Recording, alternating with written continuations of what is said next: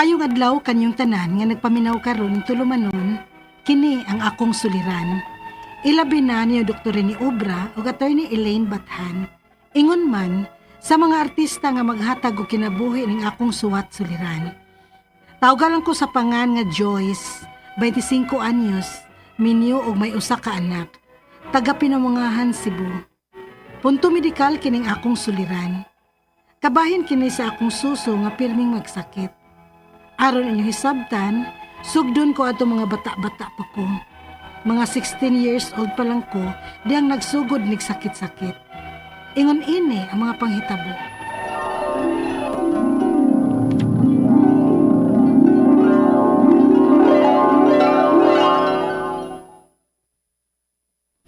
Unsa? Mauna ma, sakit lagi ang akong tutoy. Napangka ba na o nasikhan sa eskwelahan ninyo? Wa man ma. Na, wa bigiti ko tag ikapacheck up da. So ayan lang natog duol og tambalan nga Bisaya day. Sige ma, ang gusto lang gud na kong mahibawan ko na unsa ni. Nasinsimba ko kung unsa na ni ba, kay sakit mong gyud ma uy. Ay nala sige, pag-ilis. Adto lang tang nang adorasyon.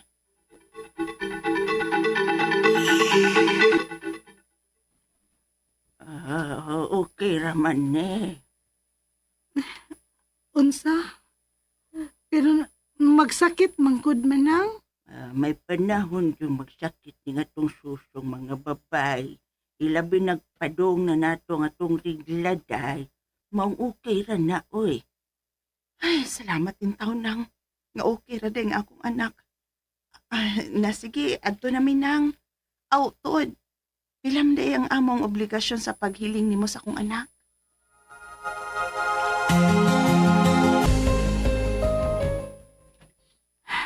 Murag dili man kumutuo sa sulti sa tambalan ma. Kay lahi man kung sakita. Mura man og dili normal. Unsa? Manhadlok yun ko ba sinugunsa na ni. Nay, ano pag una-una nagdautan ko? Maingon naman sinang adorasyon nga tambalan nga okay ra na. Ma, At man na noon ang pagtuon ni mo, day. Kay graduating na ba ka sa high school? humanon niya ako makagraduate ma. Manerbaho niya ako ha. Aron makapahiling gyud ko og doktor aning akong tutoy. Joyce.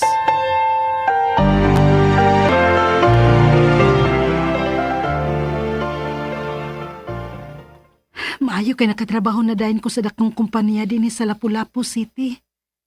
Tiguman ko unya ang pagpa-check up ani akong suso. Kasama karon o nga padong na sad akong menstruation. Sakit na sad kaayo. Ay, unsa man jud ka ni?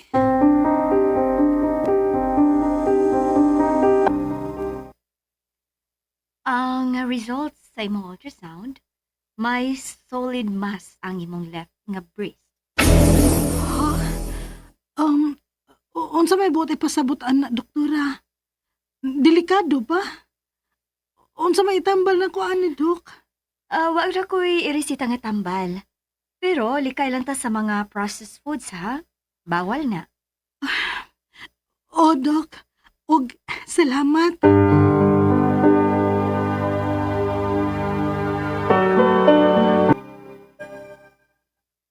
Oh, di na siguro kay na delikado day. Uy, kay wa man ka karesitay tambal. Maulagi ma. Bawal na lang gid ko ng mga processed foods. Oh, likay lang yun. Kay gibawal man ka sa doktor. Maayo lang lagi unta ma. Oy, kung okay lang ni. Kay wa pa baya taong ko'y anak. Unya simba ko, kung may sakit ko sa tutoy. Unsaon naman lang.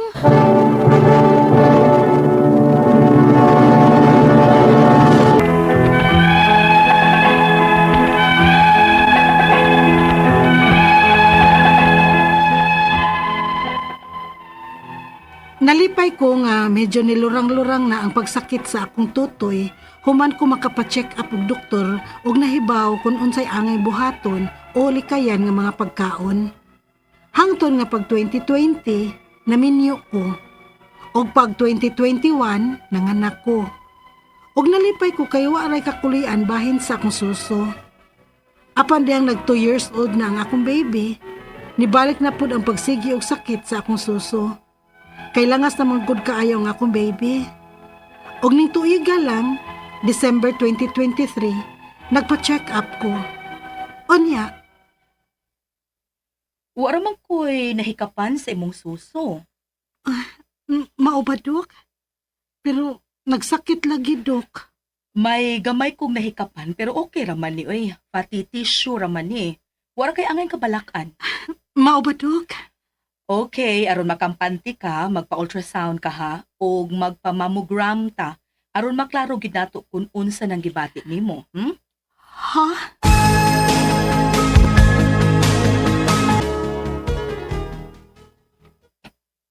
Padong na day among menstruation, ma'am. Yes, ma'am. Kaya nga naman di ay. Ultrasound ray atong pwedeng buhaton, ma'am. Kay di man pwede nga mag-mammogram kung padong ka mag-mens. Aw, mao ba di ay, ma'am? Sige. Ang ultrasound na lang.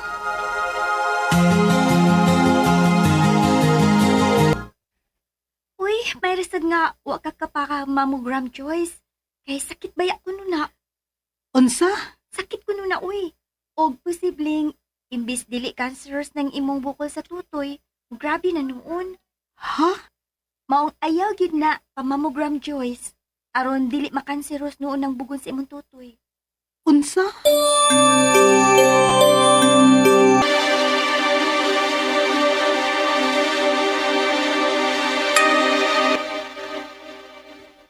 Sa doktor to, oy.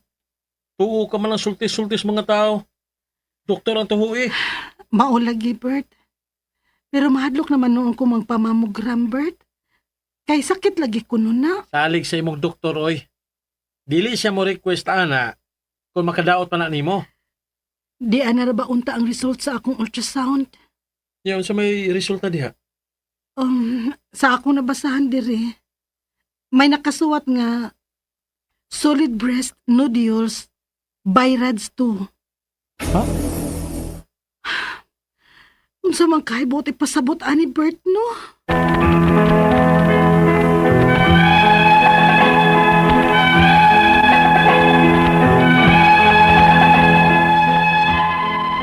Dili na ko kalikayan nga nibati na ko kahadlok aning result nako sa akong ultrasound. Og dili na hinuon ko ganahan nga mobalik sa akong doktor. Og mahadlok sad lagi ko nga magpamamogram. Pangitaan niya sad ko sa akong resulta sa akong mammogram. Ang akong mga pangutana mao kining mosunod. Unang pangutana. Magsigi og sakit ang akong suso, ilabi na og padong na ang akong regla. Ang unang doktor nga akong giduol niingon nga may solid mass ang akong left breast. Delikado ba ni? Ikaduhang pangutana. Gibawalan ko ato sa doktor og kaon og mga processed foods. Makadaot na daay ng mga makauna, ilabi na sa mga babae. Mao ba kini ang nakaingon nga may bukol ko sa suso? Ikatulong pangutana. Dihang naminyo og nanganak ko, ni grabe ang pagsigi og sakit sa akong suso. Nagpa-check up ko. Nag-request ang doktor og ultrasound og mammogram. Akong gibasa ang resulta sa akong ultrasound. Solid breast nodules BI-RADS 2 ang nakasuwat sa resulta. Unsa may buot ipasabot ato? Ikaw pat og katapusang pangutana. Wa ko nakapamamogram kay nahadlok ko sa iingon sa uban nga sakit kuno na. Nga imbes unta kuno dili kanseros ang akong bukol, basin unya kuno kun mugrabe. Tinuod ba na? Og paghikap sa doktor, posibleng fatty tissue raman kuno. Mahilis ra ba ni kung tumaran og tambal? Unsa man sang tambala? Palihog, tabangi og tambagi ko. Kini ang akong suliran, Joyce. Mayong adlaw mga suking tigpaminaw din sa tong programa, kini ang akong suliran. Ani na sa bako, si Dr. Rene Obra magiguban kaninyo karong adlaw. Tungod lagi kayo sa man ako ka medical doctor, kumutambal sa inyong mga medical problem. Usama man ako ka psychiatrist, ako mutambal sa inyong mga psychological, emotional, behavioral na mga problema. ug usama ako ka drug addiction specialist ako motambag sa inyong mga problema may tungod sa mga ginadiling drugas. Daghang pamagi, mamili lang mo unsaon sa pagpadala sa inyong mga sulat-suliran di kanamo. Pwede kanyo ipadala sa mong email suliran_612@yahoo.com or sa atong Facebook account kini ang akong suliran official writers page. Order ba sa mong batan sa 3rd floor UCR Martinez Building Osmeña Boulevard ning Dakbayan sa Subo. Ang ato makutlaw nga pagtulunan karong adlaw mao kani nga invest your time in meaningful things. Mo ba lago sa ka na bay? Palambay sa panahon. Ang ngigada nag-rest ko palabay sa panahon. Yung uban nga niya, kang gabi, pwede pa magaling mong adlaw, sa mong mata, manikamot lagi. So, nanglan nga atong yung inonta gamiton ng atong oras sa more productive way kung mahimo lang. Of course, we have to relax. 24 hours ko, no? Trabaho tag 8 ka oras, matulog tag 8 ka oras, magluling hayaw sa tag 8 ka oras. Dili kay mabali. Magluling hayaw og dugay, trabaho ra kadali. So, ang ato magtatampo karong adlaw si Joyce, 25 ba ni siya? 25 taga Pinamungahan, Cebu. Minyo ni si Joyce ug nay usa ka anak. May tungod kini sa iyang bati na pagganina sa drama, may tungod kini sa iyang suso. Ana siya ay musakit ko no? Mga taga Pinamungahan, silingan ni Rose Horus. Mga Atil family da sa Pinamungahan. Musta naman dahil si Efren Wasawas da sa Pisa, Labangon. Hinaot na mapaagas yung atong bomba dito, Efren, no? Musta naman dahil si Henry D. Christopher D. da sa Santo Niño Village sa Banilan. Si Mistro to Junjun Tan da sa Doña Rita. Hindi ba yan sa Sugbo, ang taga-baga, Brown Cup Coffee, mga Tonido family diya sa Davao City, Toril, o si Sir Limel Sagaral diya sa Ronda, Cebu. Alright, going back to our sender, si Joyce. Tumasa na ba ito sa drama, i-diagnose ni si Joyce nga naay bukol o mas sa iyang walang suso. Sakit ko ni siya, especially kung mag-menstruation ni siya. Delikado ba ni?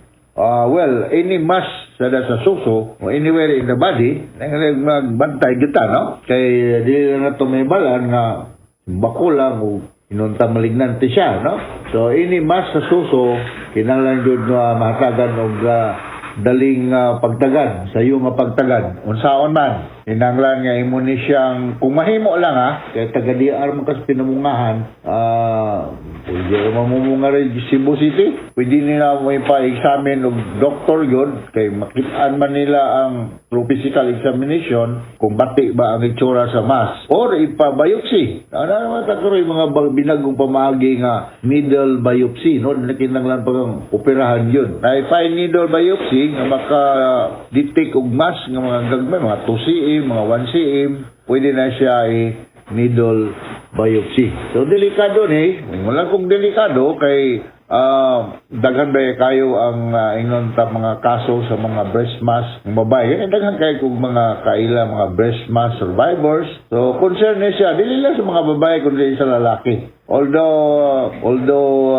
common gani sa mga babae, no? So you consult a doctor kung ang imong mass lahi nag itsura nga medyo nagkabaga, nagkapuwa diha, sanay ingnon tap sakit sumasa imong giingon naghikap nimo. So mao na ako ika-istorya sa una nimong pangutana. Ikaduhang pangutana, gilitan ko na siya sa iyang attending doctor ng mukaon og practice food. Mao ba'y nakaingon ko no sa iyang breast mass?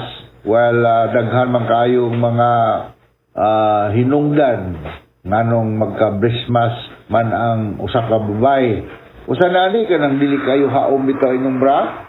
Nga dahil mga wiring sa inyong bra nga murag mutusok kaya sa inyong breast, no? So, daghan pa. Yung kag mauntog ka, mo kaon kag mga processed food, pag mga mabuwid kag mga pagkaon nga tagas og saturated fats. So, sabi niya siya, cheese, yogurt, or mga karne, labi na yung gina-preserve, no? Avoid caffeinated drinks. So, sa may mga caffeinated drinks, coffee, tea, mga chocolate, na may caffeine, ha? Or mga energy drink, no? Para mga pag-gas ka siyang caffeine ng mga Lipobitan, Red Bull, Cobra, Sting, sa mga brand name na tag-gas ka siyang caffeine content. You have to avoid that, no? So, kasagaran sa mga Christmas mo, develop na siya. Ako lang i-share ninyo, na kasagaran, ha? Ulo dilitanan, kasagaran lang. Anda ni siya mahikapini mo sa upper-outer quadrant sa imong suso. Upper-outer quadrant. Kanabang dool sa imong ilok, ha? Anak ni siya kasagaran niya. Kaya naghan mo na siya glandular tissues niya. O na nga, diha kasagaran, mapil ni mo ang mas, although naapoy mga kaso nga ari sa lower quadrant, pero kasagaran na kumbalikon, upper-outer quadrant sa kaningi mo, so maningi mo, no? Sumasa itong nabati kita sa drama. So, unsa may mga tilimador nga naa kay yung anong problema ha, kinanan nga delikado ba yan, no? Kung naa kay mahikapan nga mas, ako balikon, na-irritar niya ang imong skin ng napita, na swelling, o niya na sakit sa imong breast o sa imong nipple. Ang kwan yun, ang uban, kanang bitaw ang nipple bitaw, mura mabali, mo turn inward, mura mo pasok, alarming na siya. O niya, mura ba paka-redis, the worst biya na kung ang imong nipple na anay discharges, na dili gatas, ha? Okay? So, kinanglan yun nga pa-examine mo sa big madaling panahon. So, ito ka pangutana, pag kaminyo ko nun niya, may nana siya anak, may samot nagkasakit ang iyang suso. Ito yung pangutana yung nabati kanina, no? Pag-check up niya ang doktor, nag-order ang doktor og ultrasound og mammogram. Result, solid breast mass, Birage 2 ang result. Unsa man ni pasabot kini nga mga pinulungan ni sa mga kuan ba sa radiologist, no? Mo nilang kining ultrasound usa na gyud diagnostic procedure. Kining mammogram usa po ni siya ka procedure nga makadetect siya og mass ang gagmay pa kayo nga micro pa ba? Micro calcification pa sa mass ma-detect aning mammogram. No, ang average size nga madetectan ani mga gagmay pa mga 1 to 2 centimeters na pag magnetic resonance imaging. Mao ni mga diagnostic procedure nga bagay mo on. So kung ingon na imong doktor nga naa kay kwan yung ani nga mass, so confirm na siya. So ano gyud ko mo sa inyo ning ipa biopsy just to be sure nga kwan dili ba siya malignan. Kaya sunod din mo pangutana tungod sa kapikin mo sa panahon. Maybe budget, wala ka mammogram. Kaya usapan, hadlo ka. Sakit, tungod hadlo ka nga makanseros, no? Di na to matotally roll out ang posibilidad nga mo deteriorate ni or mo grabe na mahimo ng cancer, no? So kinahanglan ma-diagnose sa doktor or benign ba. Okay, benign mo ni among pinulungan sa mga tumor mass nga dili cancerous like kaning fibroadenoma. Kaning fibroadenoma non-cancerous ni siya. Naa diya sa breast mass. Napoy mga fatty tissues, non-cancerous ni siya. Pero kung inag biopsy turn out to be the other way around, wala siya makaingon nga kinahanglan na siya maybe surgical intervention. Uban na ni matabang ra og dili siya ingon tagbalignan, pero ang uban magkinahanglan na gyud og tambal. Masa may pagabuhaton para nga maalibyuhan ang imong miseries, imong mga discomfort niya. So kinahanglan nga mamili ka og bra nga comfortable ka, dili sakto, okay? Onya, you can apply their hot compress. Onya, maybe you can take an oral analgesic tablet. No? Ako na hindi balik-balik naghan matag mga analgesic. Analgesic is a medical term for medicines that can allay or makasulban sa mga sakit-sakit like non-opioid, mga mipanamic, paracetamol, ibuprofen, acetaminophen, o panangita grabe rin yung kayo. Naanat tayo mga opioid analgesic like tramadol, oxycodone or morphine. Mga example. As soon as possible, you try to go and see a gynecologist or internal medicine doctor para nga matiman ng imong problema. Nanay siya itambal niya, usan niya akong balikon is surgical intervention. Ang ganit ko nakita sa una, nga gi-remove yung iyang mga pectoralis muscles, no? The major, kining muscle sa dugan kay na metastasize na ang cancer cells, no? I'm not saying cancer ng imo kuana Joy sabi hindi na po kakatulog pero katong nga kaso nga mga na-confirm yun nga malignant or cancerous mawalagi na i-remove ang mga parts nga na takda na o metastasize na dito para nga maminos sa kadaghanon sa cancer cells sa lawas sa tao. Natay mga tambal ani na radiation therapy, na chemotherapy o surgical intervention. Okay? So, in-out, nakasabot ka, Joyce, mga trabaho ni sa mga oncologist, no? Mga cancer, mga doctors, specialize sa mga problema, oncologist na sila, tawagon. Alright? So, in-out, nakasabot ka sa akong speaker ni mo, Joyce, diya sa Pinmungahan, Cebu. Mga gani mga lymph nodes na to, no? Manghubag na ganina, alarming na yun.